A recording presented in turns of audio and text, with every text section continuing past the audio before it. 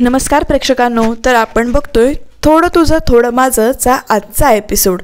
तर इथे एपिसोडच्या सुरुवातीला त्यांनी मागचाच प्रसंग दाखवलेला आहे की मानसी कशी मी सांगते इतिहास मशीनचा असं म्हणते आणि इथे लकी चार्म इथे कशी काय म्हणून तेजस हा जो काही आहे तो इथे तोंड लपवतो। ही इथे कशी काय आले हा प्रश्न तात्यांना पडलाय, आईला पडलाय, म्हणजेच मावशीला पडलाय आणि हो गायत्री मॅमना सुद्धा प्रश्न पडलाय की ही नेमकी इथे कशी काय। मग नंतर ती आत येते आणि मग सांगते की तू इथे कशी काय वगैरे। तर ती आधी मशीनचा सगळा इतिहास सांगते की मशीन कसं स्वातंत्र्यपूर्व काळातलं आहे, त्याच्यावर जसं वृत्तपत्र जे कधी चालू केलं होतं स्वातंत्र्याच्या आधीचं, म्हणजे त्यामुळे स्वातंत्र्य चळवळीला या वृत्तपत्रामुळे कसा पाठिंबा मिळाला हे सगळा इतिहास तो इथे सांगत असते। आणि इथे थोड्या वेळासाठी ना तिला तेजस दिसतो, म्हणजे तेजस पुढे येतो तो इतिहास सांगत असताना ती, आणि मग ती एकदम ब्लँक होते, हा इथे कसा काय म्हणून तिला प्रश्न पडतो आणि त्याच्यानंतर तो असा पूर्ण मध्येच गायब होतो, लपतो। तिला कळू द्यायचं नसतं की तो याच घरातला आहे असं, आणि म्हणून तो इथे लपतो। तेवढ्यात विनीत मानसीला हाक मारतो, अगं तुझं काय झालं, कुठे हरवलीस।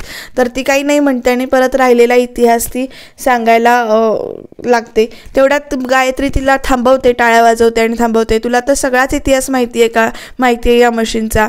तर आणि आता ह्या मशीनचा इतिहास तुला माहिती आहे खरं, पण ह्या मशीनचा आता लिलाव होणार आहे म्हणते। आणि ते तू इथे कशी काय वगैरे तिला विचारते। मग ती केकची ऑर्डर दिली होती म्हणून मी आले होते असं वगैरे तर ती सांगते। आणि विनीत म्हणतो की तू ओळखतोस का ह्यांना वगैरे असं ती गायत्री विचारते। तर विनीत म्हणतो ही माझी बहीण आहे असं म्हणून। आणि मग नंतर गायत्री तिला म्हणते अगं तुझं लग्न होणार, म्हणजे तू इथे कशी काय केक वगैरे असं करतेस, तुझं तर लग्न झालं होतं ना। मग लगेच इथे मानसीचा चेहरा मात्र पडतो आणि मग ती म्हणते की माझं लग्न मोडलं। मग लगेच इथं नाटक केल्यासारखं करते की लग्न मोडलं तुझं, असं चुक चुक चुक चुक चुक करून गायत्री जरा तिला हे करायचा प्रयत्न करते। आणि मशीनचा लिलाव होणार आहे हे कळल्यानंतर ती लगेच आईजवळ जाते, तेजसच्या म्हणजेच मावशीजवळ जाते। ती तिला मावशी म्हणत असते, त्याच्याजवळ जाऊन उभी राहते। इकडे तात्यासाहेब पण रडत आहेत आणि इकडे आता ती गायत्री जी काही आहे ती बोली लावायला चालू करते। तेवढ्यात एकटा माणूस उठतो आणि ते म्हणतो की मी 5,000 रुपयाला ही मशीन घेतो। तर बाकीचे सगळे तो जो असतो तो म्हणतो की 5,000 रुपयाला, तर तो म्हणतो मी भंगारवाला आहे आणि याची किंमत मी तेवढीच करू शकतो, याच्या पुढे मी जाऊ शकत नाही। आणि मग 5,000च्या पुढे कोण लावणार आहे का, तर 5,001, 5,002, 5,003 असं चालू असतं त्यांचं बोलणं। आणि हा इकडे आपला नाणं घेऊन हातात असतो की तुझा आता काही उपयोग नाही।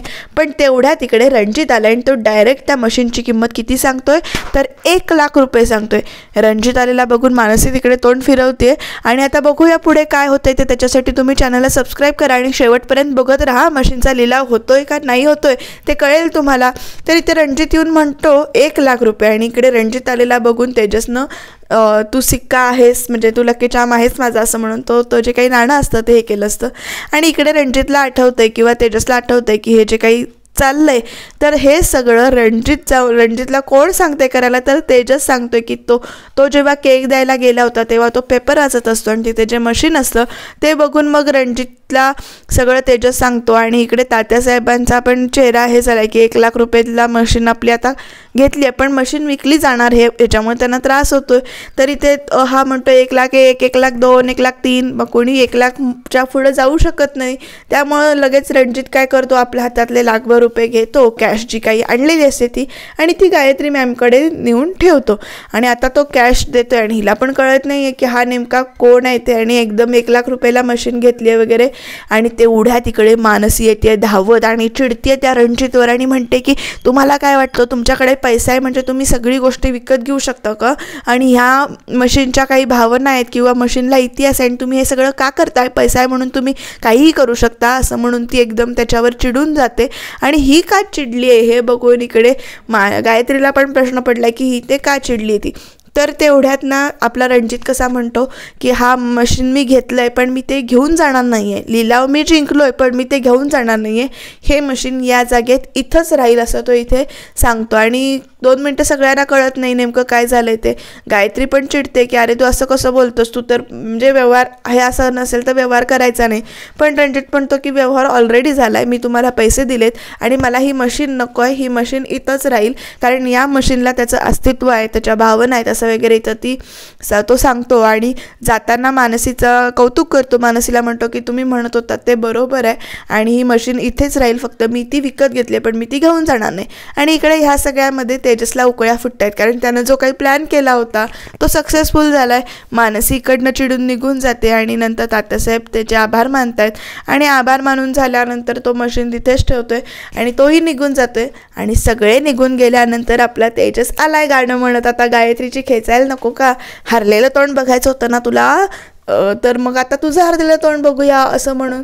आम्हाला हरलेलं तोंड म्हणजे आमचं हरलेलं बघायचं होतं तुला, पण तिथे तू चालली आहेस, मशीन ह्या घरातनं कुठेही जाणार नाही आहे, त्यामुळे तू हरलेली आहेस, चला चला चला केक कापा असं म्हणत तो केक कापतो आणि सगळ्यांना भरवतो इथे.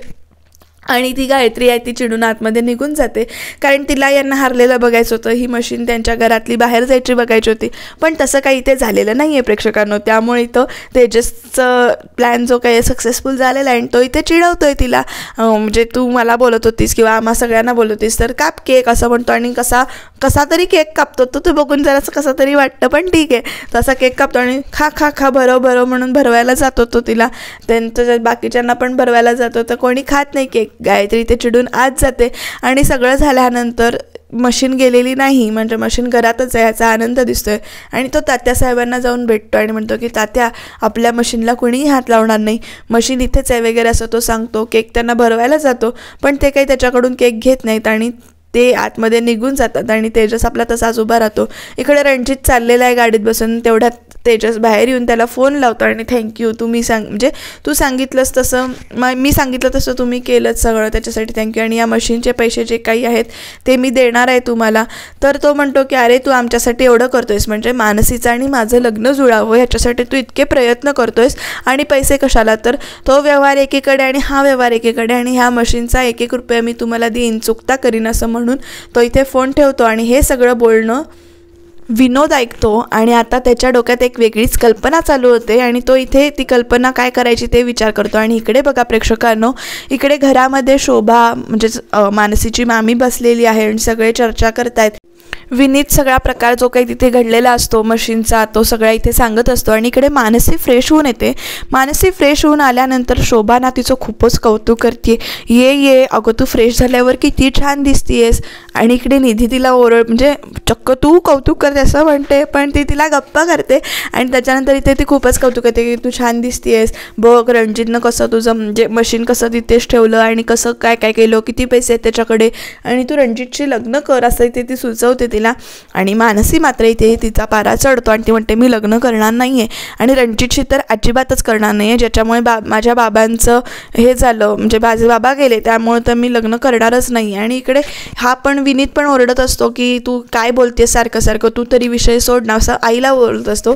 आणि इकडे संपदाला पण मामी बोलत असते की तू तुझ्या लेकीला समजाव म्हणून, पण तरीसुद्धा इकडे मानसी ठामपणे सांगते की मला लग्न करायचं नाही आहे त्याच्याशी आणि लग्न करायचं नाही आहे तर तू सामान तू या घरातून निघून जा म्हणून ती सामान ओढत असते. विनीत तिला थांबवत असतो आणि इथे शोभा मानसीला अक्षरशः घराच्या बाहेर ढकलते आणि मानसी आत्ता पडणार इतक्यात बघा प्रेक्षकांनो आपल्या हिरोची एंट्री झाली आहे, म्हणजेच तेजसची एंट्री झालेली आहे.